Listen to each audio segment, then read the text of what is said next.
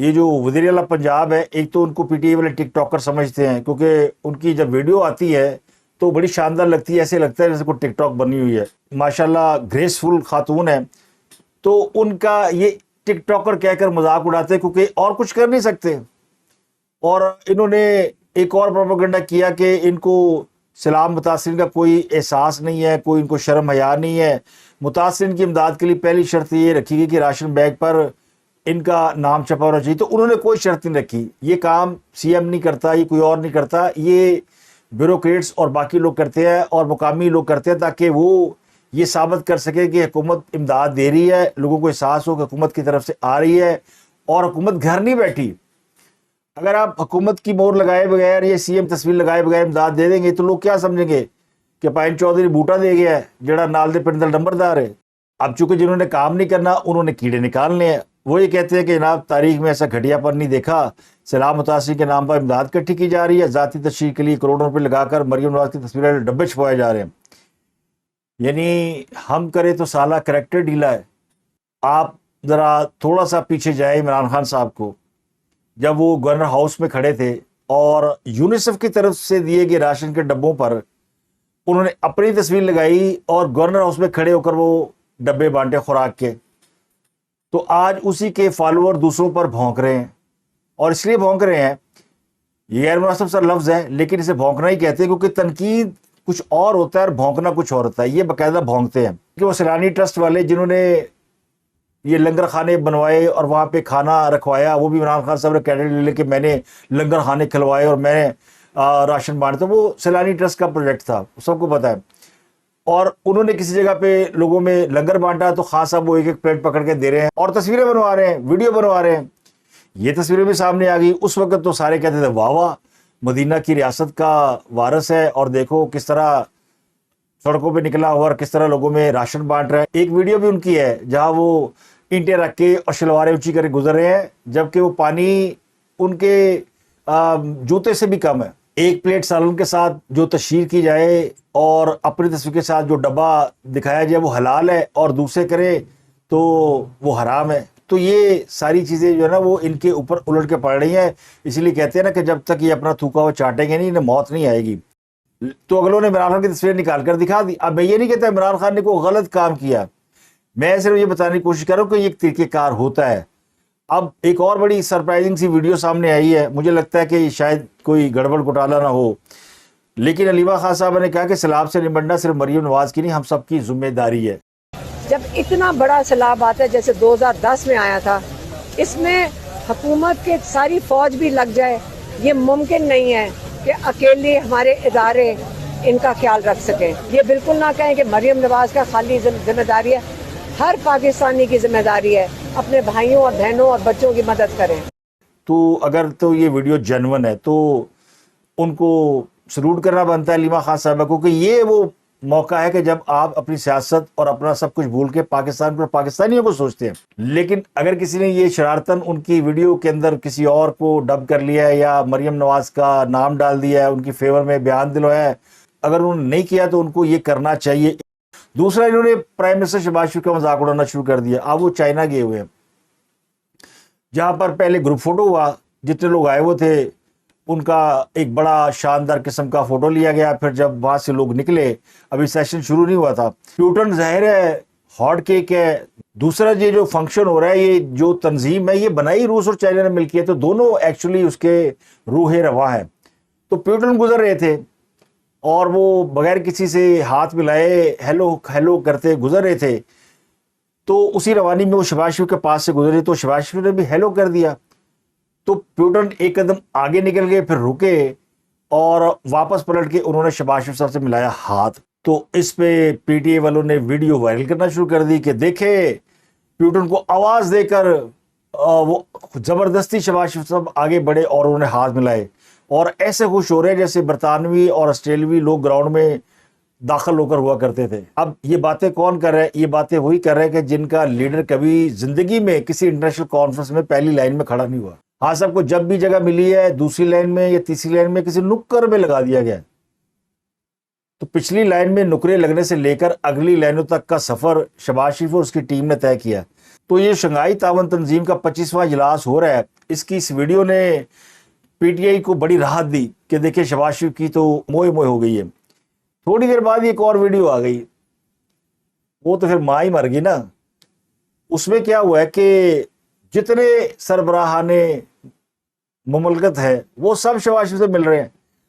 Vladimir Putin ملا, انور ابراہیم Malaysia کے صدر ملے, بیلاروس کے صدر الیگزینڈر لوکاشینکو ملے, آذربائیجان کے ہمارے بھائی جان الہام علیوف ملے, ترک صدر رجب طیب اردوان ملے. ان کے ساتھ تو آپ کی پتہ بڑی دوستی ہے اور جپیاں پپیاں ہوتی ہیں. تاجک صدر امام علی رحمان, ترکمستان کے صدر ہردی محمد یوو, کرغزستان کے صدر, مالدیپ کے صدر, اقوام متحدہ کے سیکرٹری جنرل اینٹونیو گوتریس. وہ تو لگتا ہے شہباز شریف کے کوئی بچپن کے کلاس فیلو ہیں, وہ بڑا شہباز شریف سے گرم جوشی کے ساتھ ملتے ہیں. تو واضح طور پر نظر آیا کہ پاکستان کے پرائم منسٹر کو دنیا عزت کی نگاہ سے دیکھ رہی ہے, اور پیوٹن بھی انہیں نظر انداز کر کے آگے نہیں جا سکا, اس کو ایک قدم واپس آنا پڑا ہے. اگر تو شہباز شریف صاحب 2 قدم آگے جا کے اتوندی ہو کے سامنے آ کے مل دے کہ جناب السلام علیکم, تو سمجھ میں آتی تھی بات کہ وہ زبردستی ملے.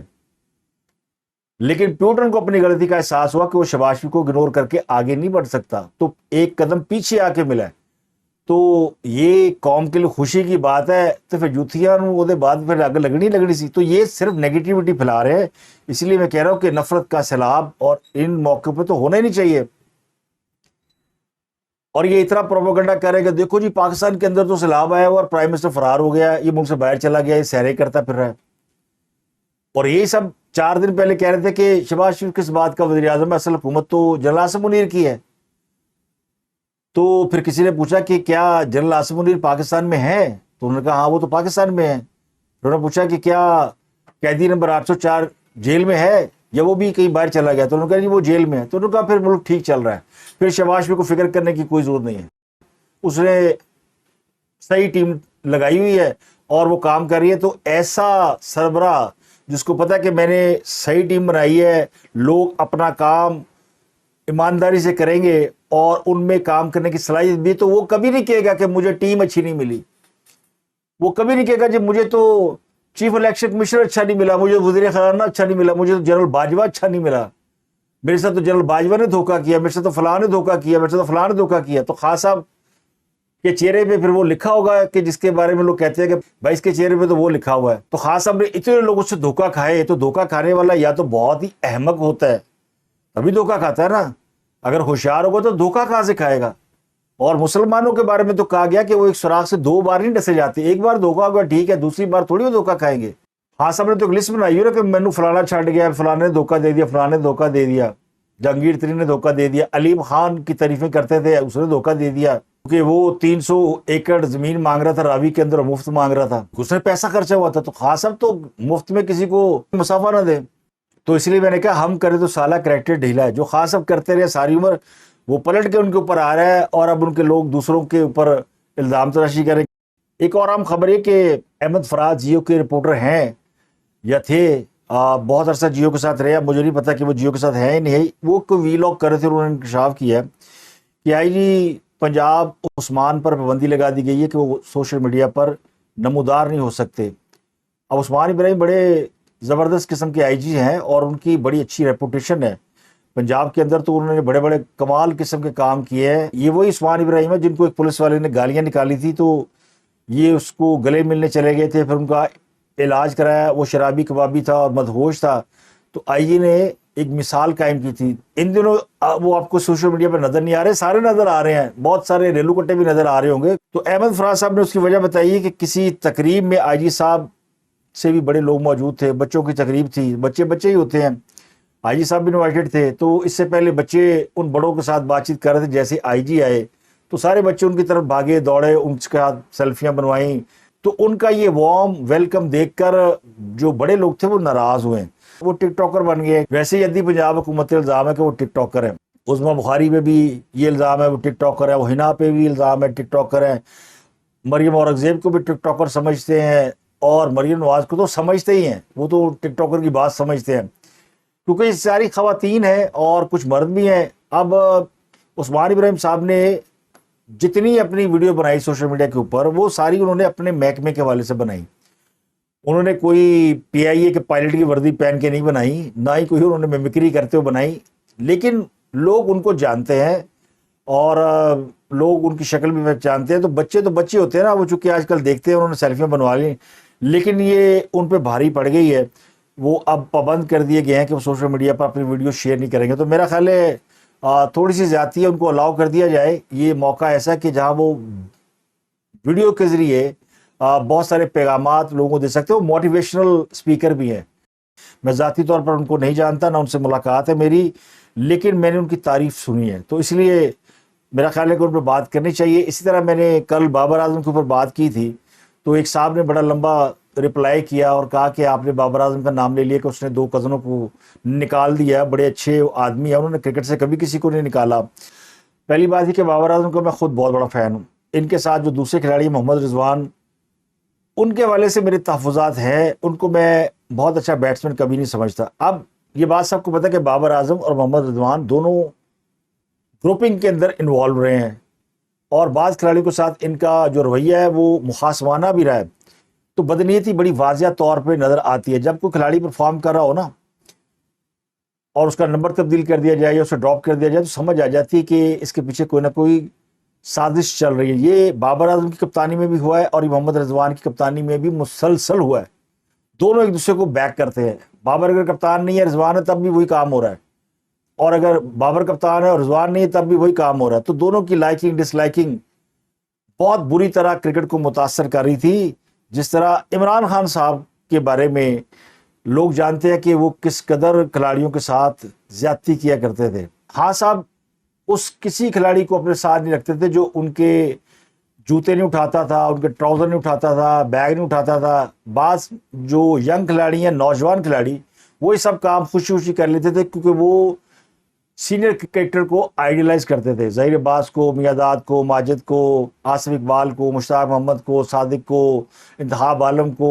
اور انتخاب عالم جو کہ پاکستان کے بہت بڑے آل راؤنڈر رہے اور بعد میں مینیجر بھی رہے، عمران خان نے انہیں بہت بری طرح ایک زمانے میں ذلیل کیا اور کرکٹ سے نکلوا دیا. وہ اپنے صرف فیورٹ لوگوں کو اپنے ارد گرد رکھتے تھے. طاہر کاش انگلینڈ میں آؤٹ کر کے آیا تھا، تو اس کے ساتھ کیا ہوا؟ وہ ٹیم میں کبھی زندگی میں نظر ہی نہیں آیا. محسن حسن خان کی کرکٹ عمران خان نے عذاب کی ہوئی تھی. محسن سمارٹ آدمی تھا، خوبصورت آدمی تھا، لڑکیاں ان پہ مرتی تھیں، تو خان کو یہ اچھا نہیں لگتا تھا کہ خان کے علاوہ لڑکی کسی اور سے آٹوگراف رہے. تو خان صاحب نے جتنے ماٹھے تھے نا، میں نام لیے بغیر آپ کو صرف اشارہ کر دیتا ہوں، تو آپ سمجھ جائیں گے کہ آپ دیکھیں عمران کے فیورٹ کون تھے. تو اسی طرح بابر اعظم صاحب کے جو کزن عثمان قادر، وہ پاکستان چھوڑ کر کیوں گئے ہیں؟ ان کی کہانی آپ سن لیں. وہ ان کے کزن ہیں. تو عمر اکمل کی کرکٹ بہت باقی تھی، اب نہیں رہی، کیونکہ وہ جب ٹیم سے نکالا گیا تو وہ بری طرح ٹوٹ گیا. تو جو اس نے عمر اکمل کے ساتھ کیا تھا، آج بابر اعظم کے ساتھ بائن وہی ہو رہا ہے. بابر اعظم کو کپتانی سے ہٹایا گیا تو اس کی بیٹنگ کہیں تیل لینے چلی گئی ہے. اور سچی بات تو یہ کہ بابر اعظم کو ہٹانا درست نہیں تھا، اور ان کی جگہ پہ شاہین افریدی کو کپتان بنانا یہ اس سے بڑی غلطی تھی. ان 2 غلطیوں کے بعد جو اور بڑی غلطی کی گئی وہ یہ تھی کہ بابر اعظم نے جب T20 اور ون ڈے کرکٹ چھوڑی یا اس سے چھڑوائی گئی، تو ساتھ ہی اس نے ٹیسٹ کرکٹ کی کپتانی لینے سے انکار کر دیا جو اسے آفر کی گئی تھی. وہ ایک اچھا ٹیسٹ پلیئر ہے، تو اس کو ٹیسٹ کی کپتانی نہیں چھوڑنی چاہیے تھی. اس کی کپتانی چھوڑنے سے 2 کام ہوئے. ایک تو خود اس کی اپنی پوزیشن ٹیم میں نہیں بن رہی، اور دوسرا پاکستان کو ایک ایسا کپتان دیا گیا جو پہلے دن سے، جس کے بارے میں سب کو پتا ہے کہ وہ پرچی ہے. تو بابر اعظم نے جن لوگوں کی کرکٹ کو نقصان پہنچایا، ان میں عماد وسیم، محمد عامر تو سیدھے ہے نا، اور اس کے بعد احمد شہزاد بھی آپ کے سامنے ہے. ایک لمبی لسٹ ہے، میں آپ کو بڑے نام گنوا سکتا ہوں. باقی میرے کرکٹ نالج کے بارے میں کچھ لوگوں کو شک ہے کہ وہ زیادہ نہیں، تو وہ ٹھیک کہتے ہیں، کیونکہ میں کرکٹ کے اوپر زیادہ پروگرام نہیں کرتا. لیکن اگر آپ حکم کریں گے تو میں آپ کو مایوس نہیں کروں گا. اب آتے ہیں جی، اب بات کرتے ہیں پاکستان کے اندر آنے والے سیلاب کی. اور بڑی خطرناک خبر ہے کہ بھارت کی جانب سے دریائے چناب میں ایک اور بڑا سیلابی ریلا چھوڑا گیا ہے، جس سے پاکستان کے شمالی علاقوں میں ممکنہ طور پر شدید سیلابی صورتحال پیدا ہو سکتی ہے. بھارت نے سلال ڈیم کے تمام گیٹ کھول دیے ہیں. یہ وہ ڈیم ہے جہاں سے پانی سیدھا دریائے چناب میں آتا ہے، اور اس بار سلال ڈیم سے جو ریلا نکلا ہے اس کی جو کیپیسٹی ہے وہ 8 لاکھ کیوسک ہے. تو 8 لاکھ کیوسک پانی چناب کی طرف آ رہا ہے، اور سرکاری ذرائع کے مطابق یہ ریلا آئندہ 2 روز میں ہیڈ مرالہ کے مقام پر پہنچے گا. ابھی راوی میں جو بہت بڑا سیلاب آیا جس نے